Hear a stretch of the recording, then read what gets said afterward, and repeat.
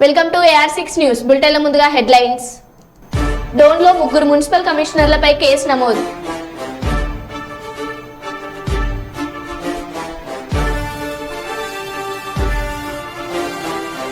మంచిర్యాలలో వీరంగం సృష్టించిన వీధి కుక్క.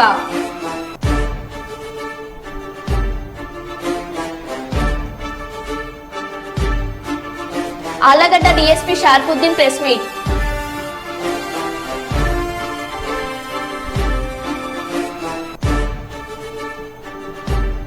ముగిసిన సీఎం జగన్మోహన్ రెడ్డి విదేశీ పర్యటన.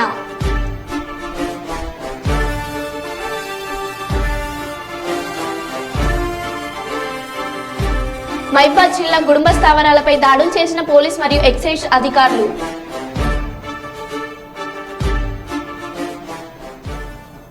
ఇక వివరాల్లోకి వెళ్తే మహబూబాబాద్ జిల్లా కురవి మండలం నేరేడ గ్రామ పంచాయతీ పరిధిలోని సిబ్బంది గ్రామ పంచాయతీకి తాళం వేసి ధర్నాకు దిగారు.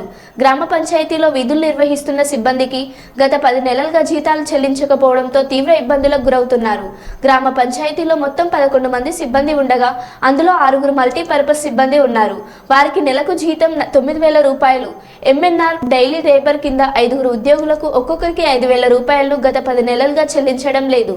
దీంతో చిన్న ఉద్యోగం చేసుకుంటూ జీవనం సాగిస్తున్న సిబ్బందికి కుటుంబం వీధిన పడే పరిస్థితి ఏర్పడిందని గత 3 రోజుల క్రితం ఎంపీడీఓ ఎంపీఓ వారిని సిబ్బందిని జీతాలను ఇప్పించండి అంటూ ఉన్నతాధికారులను వేడుకోగా అసలు మిమ్మల్ని ఉద్యోగంలో ఎవరు చేర్చుకున్నారో వారిని అడగండి అంటూ నిర్లక్ష్యం సమాధానం చెప్పడంతో ఏం చేయాలో అర్థం కాకపోవడంతో గ్రామ పంచాయతీ కార్యాలయం ముందు ధర్నా చేపట్టాల్సిన పరిస్థితి ఏర్పడిందని ఆవేదన వ్యక్తం చేశారు. గ్రామ పంచాయతీ సిబ్బంది విధులను బహిష్కరించి ధర్నాకు దిగడం జరిగిందని తెలిపారు.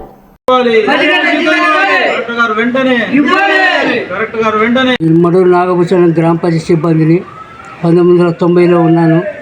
ఇంతవరకు మాకు 90 నుంచి ఇచ్చారు, కానీ ఇప్పుడు 10 నెలల కలిసి జీతాలు ఇవ్వలేదు.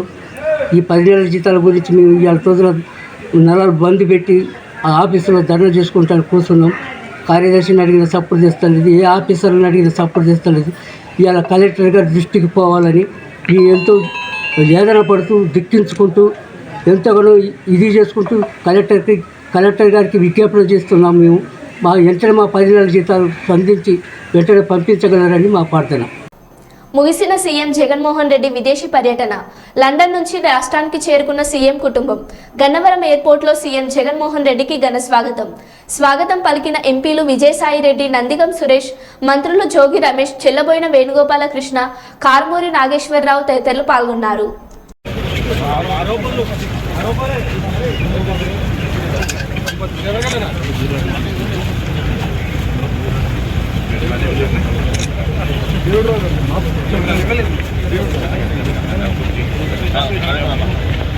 హైదరాబాద్ నుంచి కామాక్షి ట్రావెల్ బస్ చిలుకూరుపేట మీదుగా కుందుకూరు వెళ్లే క్రమంలో చిలుకూరుపేట మండలం లింగంగుంట్ల వద్ద కరెంటు స్తంభాన్ని ఢీకొట్టడంతో ఫల్టీ కొట్టిన ట్రావెల్ బస్.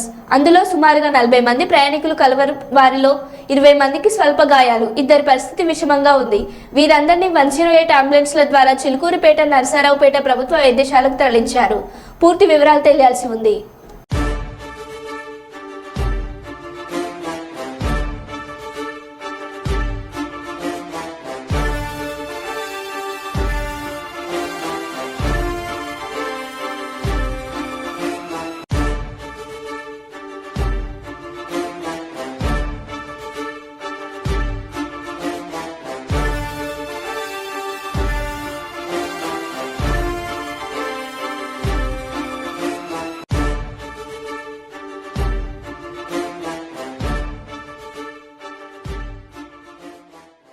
మహబూబాబాద్ జిల్లా కేంద్రంలోని పలు ఫెర్టిలైజర్, పెస్టిసైడ్ షాపులలో వ్యవసాయ శాఖ అధికారులు, పోలీసులు సంయుక్తంగా తనిఖీలు నిర్వహించారు. నకిలీ విత్తనాలు, పురుగు మందులు విక్రయించే వారిపై కేసు నమోదు చేసి చట్టపరమైన చర్యలు తీసుకుంటామనే సందర్భంగా జిల్లా అదనపు వ్యవసాయ శాఖ అధికారి లక్ష్మీనారాయణ హెచ్చరించారు. ప్రతి దుకాణదారుడు స్టాక్ రిజిస్టర్లను సక్రమంగా మెయింటైన్ చేయాలని సూచించారు. ఆరుగాలం శ్రమించి పంటలు సాగు చేసే రైతులకు స్వచ్ఛమైన విత్తనాలు, పురుగు మందులు విక్రయించాలని షాపు యజమానులను ఆదేశించారు. రైతులు విత్తనాలు, ఫెర్టిలైజర్ కొనుగోలు చేసేటప్పుడు తప్పకుండా సంబంధిత షాపుల నుండి బిల్లులు తీసుకొని పంటలు చేతికొచ్చే వరకు ఆ బిల్లును జాగ్రత్తగా ఉంచుకోవాలన్నారు. నకిలీ విత్తనాలు విక్రయిస్తున్నారని సమాచారం వచ్చిన అనుమానం ఉన్నా వెంటనే వ్యవసాయ శాఖ అధికారులకు సమాచారం అందించాలన్నారు. ఫోటో కింద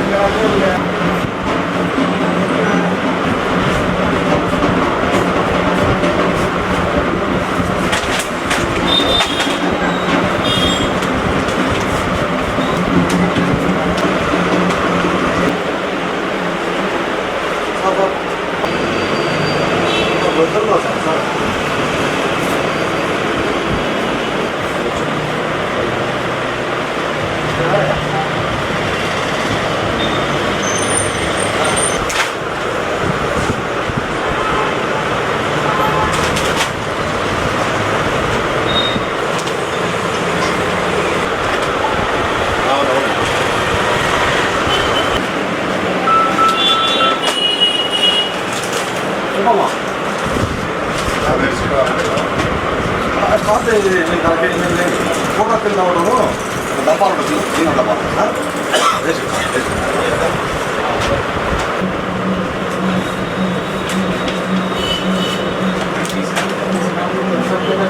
పడిన అర్థవర్షాలు కొంతమంది మెయిన్గా డిస్ప్లేలో కూడా మా పంటలకు సంబంధించిన ఎన్ని వాడండి అనేది మా మన్ను వాడని చెప్పి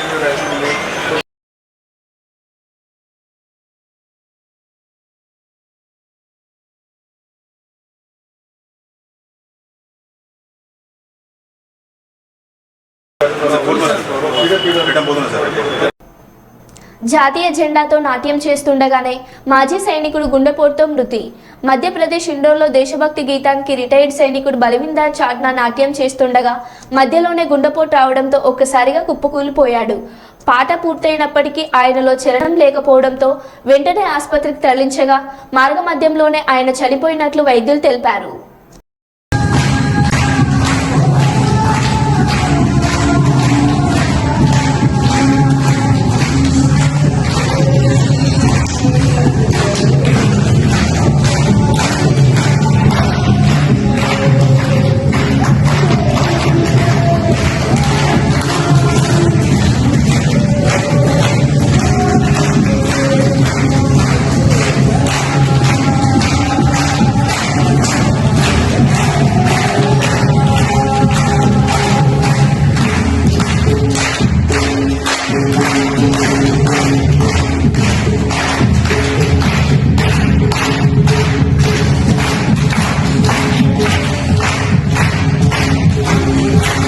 ప్రధానమంత్రి నరేంద్ర మోడీ తమిళనాడులోని కన్యాకుమారిలో ఉన్న వివేకానంద మెమోరియల్లో ధ్యానం చేస్తున్నారు. తొలుత స్వామి వివేకానంద రాక్ మెమోరియల్కు వెళ్లారు.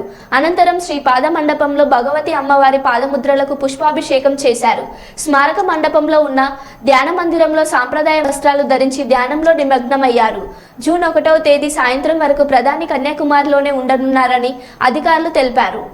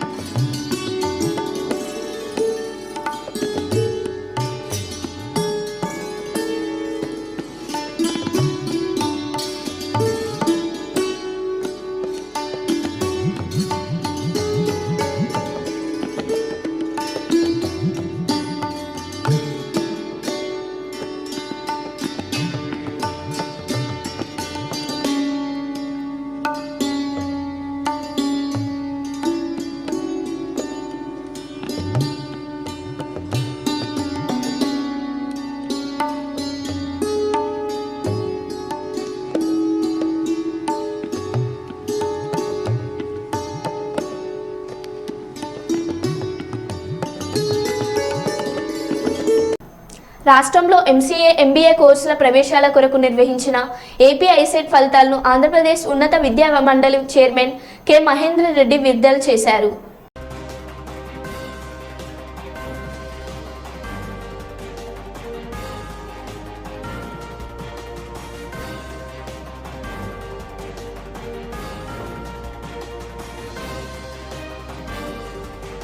అబ్బాయిల కంటే కూడా అమ్మాయిలే ఎక్కువ మంది క్వాలిఫై అయి ఉన్నారు ఈ ఐసెట్ ఎగ్జామినేషన్లో.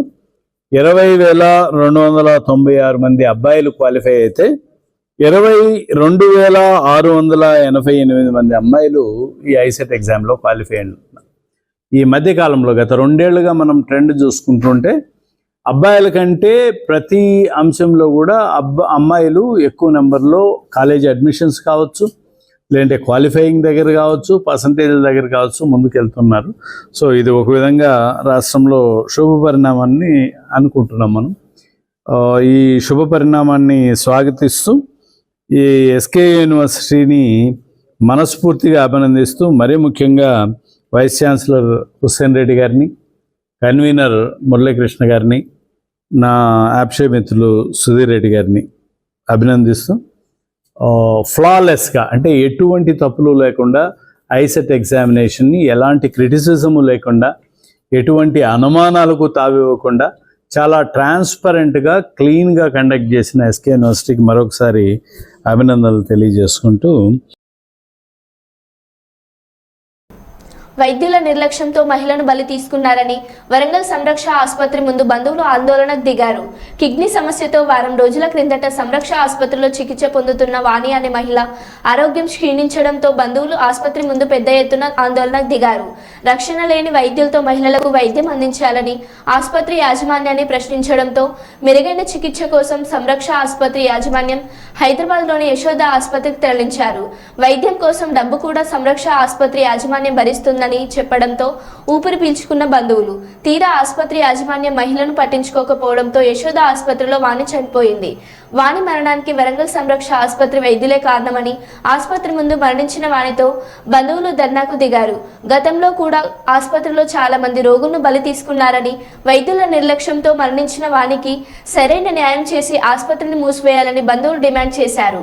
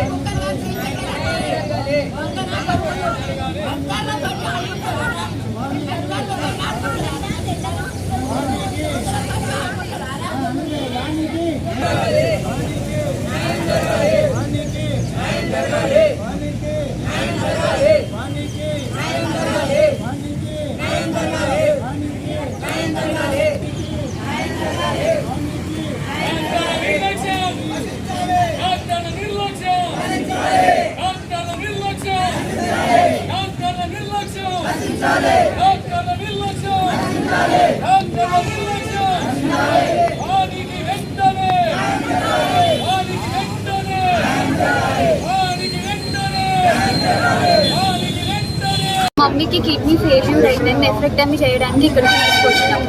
12th రోజు ఈవినింగ్ 5:30కి ఆపరేషన్ చేస్తా అని చెప్పి నైట్ 11:30కి తీసుకెళ్ళిన. ఆ రోజు ఫుల్ వర్షం ఉండే, పవర్ కట్ ఉండే, లాప్రోస్కోపీ కాబట్టి కరెంటు పోయినప్పుడే సర్జరీ చేసిండు. మమ్మీ కిడ్నీ తీసేసేటప్పుడు అబ్డామిన్కి రప్చర్ చేసిండు.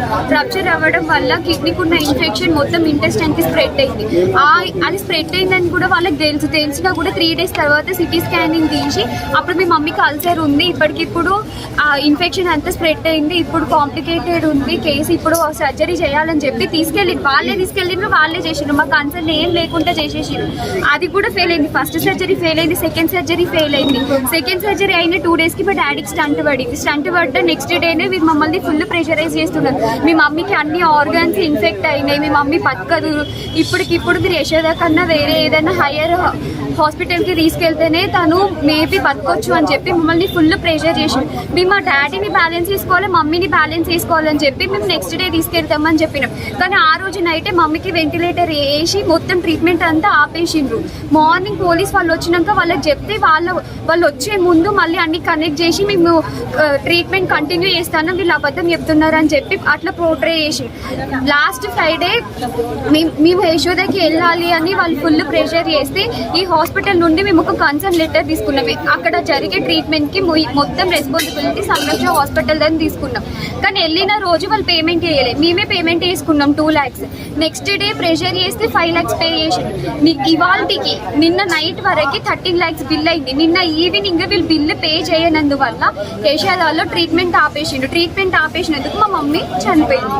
మార్నింగ్ నేను, మా అన్నయ్య, మా అక్క వెళ్ళి మా మమ్మీని చూసినాం. Her heart is good, brain city MRI కూడా చేసిండు, బ్రెయిన్ కూడా క్లియరే ఉంది అని చెప్పిండు. కానీ నైట్ వరకు షీఈ్ నో మోర్ అని చెప్పి మాకు కాల్ చేసిండు. పోలీస్ వాళ్ళు మాకు న్యాయం జస్టిస్ చేస్తామని చెప్పిండు, సపోర్ట్ ఇస్తామని చెప్పిండు. కానీ వాళ్ళు కూడా మాకు ఏం చేయలేకపోయిండ్రు. వాళ్ళు ఎంత ప్రెషర్ చేసినా కూడా వాళ్ళకి రెస్పాండ్ అవ్వలే, మాకు రెస్పాండ్ అవ్వలే. ఇప్పుడైనా మాకు మంచి జస్టిస్ జరగాలని మేము ఆశిస్తున్నాం. లైక్ హాస్పిటల్ని సీజ్ చేయాలి. మమ్మీ ఆపరేషన్లో ఇన్వాల్వ్ అయిన ప్రతి ఒక్క doctor should be behind the bars. అంతే, మా మమ్మీకి జరిగిన సిచ్యువేషన్ ఇంకెవ్వరికి జరగద్దు అనేది మా మోటో. అంతే, మేము అందుకే ఫైట్ చేస్తున్నాం.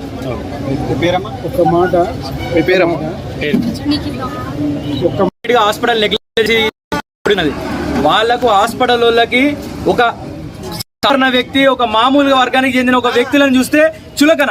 ఎందుకంటే వీళ్ళు ఆల్రెడీ వాళ్ళ ఇంట్లో పని చేసిన వారే కాబట్టి, వీళ్ళు ముందుగానే తెలిసిన వారే కాబట్టి, వీళ్ళ బ్యాక్గ్రౌండ్ వీళ్ళకి తెలుసు కాబట్టి వాళ్ళను చీప్ గా ఒక ఏమీ లేని వాళ్ళగా ముద్రించడం జరుగుతుంది. వాళ్ళు నార్మల్ గా వాళ్ళని తీసి పడేస్తున్నారు.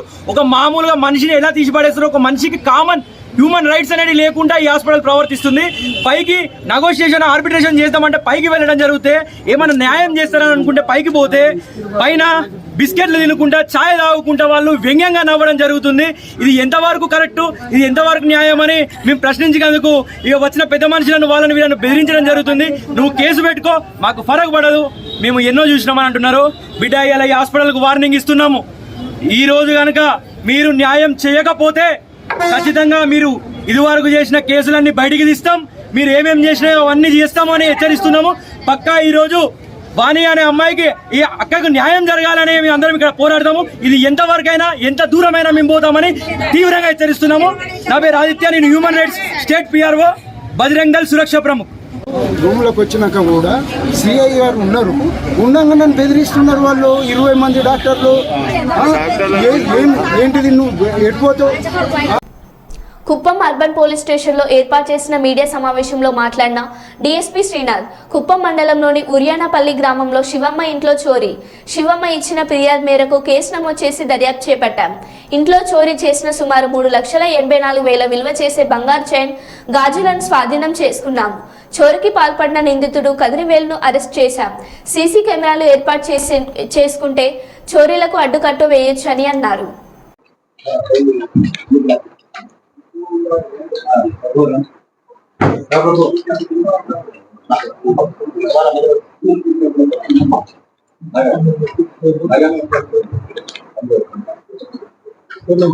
స్టార్ట్ చేయనా?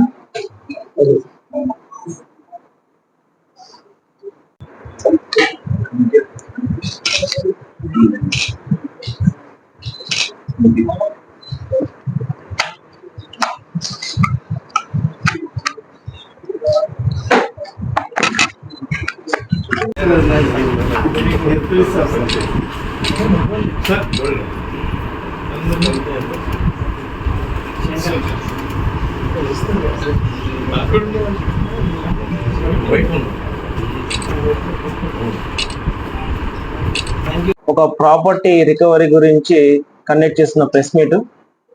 మనకు కుప్పం మండలంలో ఊరి నాయనపల్లి విలేజ్ సంబంధించిన శివమ్మ అనే ఆమె ఇంట్లో దొంగతనం అయినట్టు మనకు కంప్లైంట్ వచ్చింది. దీనికి సంబంధించిన కేసు అనేది మనం రిజిస్టర్ చేసి క్రైమ్ నంబర్ 169/2024 అని ఒక కేసు రిజిస్టర్ చేయడం జరిగింది.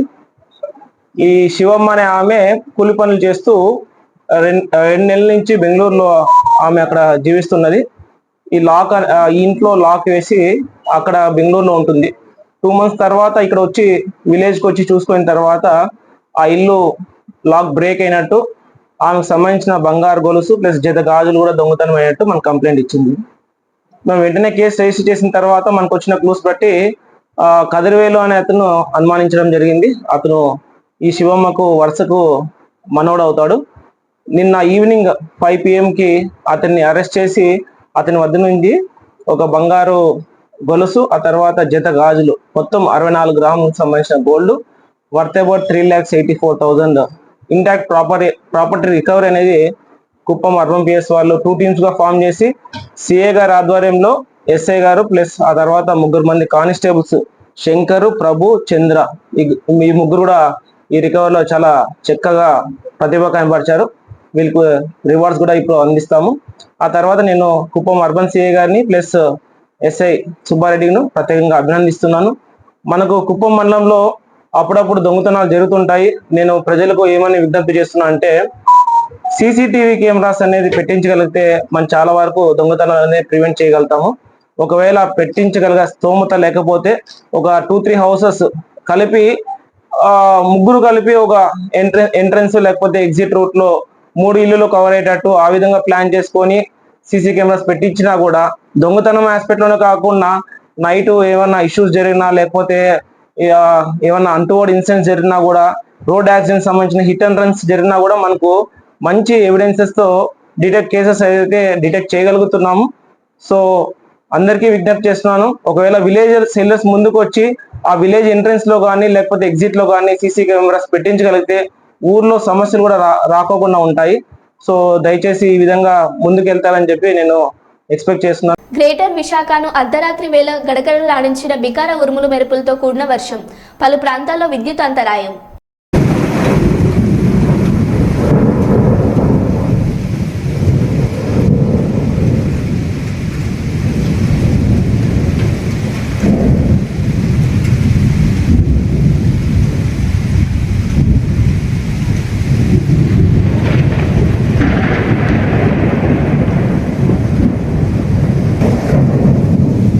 పల్నాడు జిల్లా శాంతి భద్రతల దృష్టిలో ఉంచుకొని పిడుగురాళ్ల పట్టణంలో పల్నాడు జిల్లా ఎస్పీ మల్లికగర్ ఆధ్వర్యంలో ఫ్లాగ్ మార్చ్ నిర్వహిస్తున్నారు.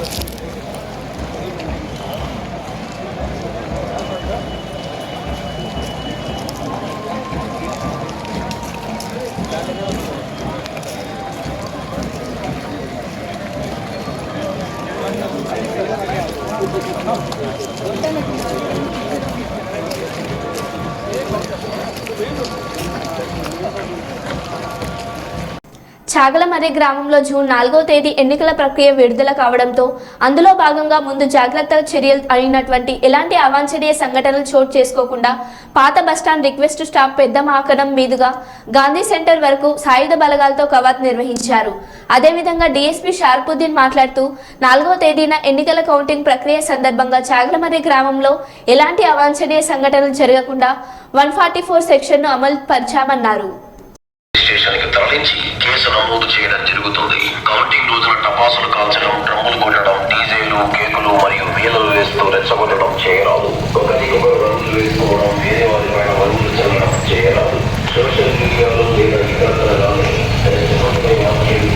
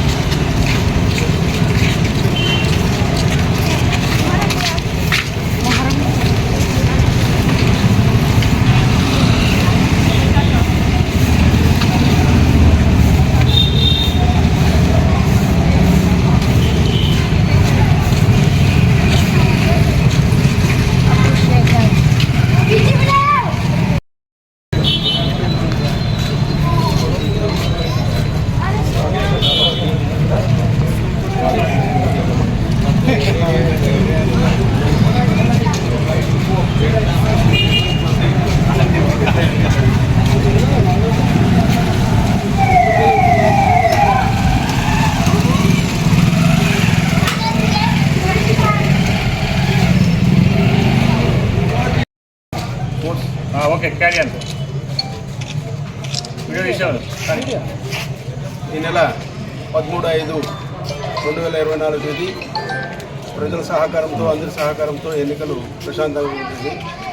రేపు నెల అంటే 4/6/24 తేదీ కౌంటింగ్ మొదలవుతుంది. 8 నుంచి సాయంత్రం రిజల్ట్స్ వచ్చిన తర్వాత కౌంటింగ్ జరుగుతుంది.